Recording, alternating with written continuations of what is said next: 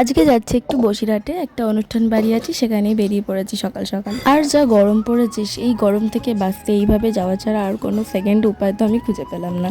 তো যাই হোক, বিভৎস গরম, সে তো মুখে বোঝানোর মতো অবস্থায় নয়। আর এই ব্রিজটা আশা করি সকলেই চেনে যারা বাতুরিয়া বা বসিরহাটের কাছাকাছি থাকে। ব্রিজের চারপাশের ভিউটা জাস্ট অসাধারণ। আর এই পুরো ব্রিজের চারপাশেই কিন্তু ইট ফাটা, আর ওদিকে আছে নদী।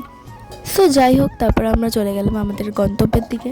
তার মাঝে দাঁড়িয়েছিলাম একটা ক্যাফেতে, বিকজ সকালে কিচ্ছু খেয়ে আসিনি, শুধু একটু চা খেয়ে বেরিয়েছিলাম। তো ভীষণ পরিমাণে খিদে পেয়েছিল।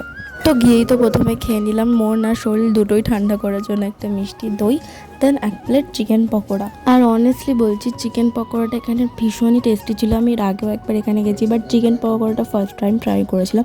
অনেস্টলি রিভিউ দিচ্ছি, ভীষণই টেস্টি ছিল। তারপর ওখান থেকে my one of favourite KitKat খেতে খেতে চলে গেলাম আমাদের গন্তব্যের দিকে। ওখানে গিয়েই প্রথমে ঠাকুর দর্শন করে দেন বসে পড়েছি প্রসাদ খেতে। তো আজকে প্রসাদে কী কী ছিল চলো তোমাদের সাথেও সেটা শেয়ার করা যাক।